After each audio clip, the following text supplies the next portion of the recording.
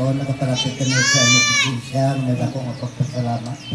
Salamat Ginoo nga sa din kaya na ikaw nakapanguna sa among mga buhaton. Sa din Ginoo nanging successful sa sining adlaw ang among mga buhaton. Sa din Ginoo ang sakit isa na-experience nila ang kalipay Ginoo nga sabihin nabikan nila sa inyo. O Diyos, sa sinyatin o ginaampo ko bisan pa ining mga kabataan sa third generation. Yes. Kabay Ginoo nga sa diin sila gyapon, sila ang mga magpanguna sa sining nga bulaton sa sunod nga mga generation. Nasa din Ginoo ang kusog ko tubakot yara kagid sa ila Ginoo.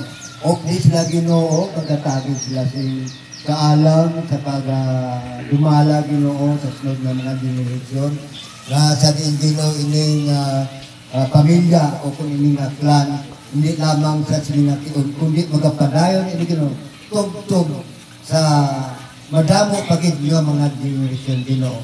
So ini ginatugyan napon sa imo kag ginasalig na sining Ginoo ang imo pagpakamayo sa sining apon Ginoo ila ma-inspiration kag sa din Ginoo magamit sila sa tanan nga tiyon bisan pa sa tanan nga pamilya nga sa din Ginoo maghugpong kami ka mag-isa subong imo mga kanakan.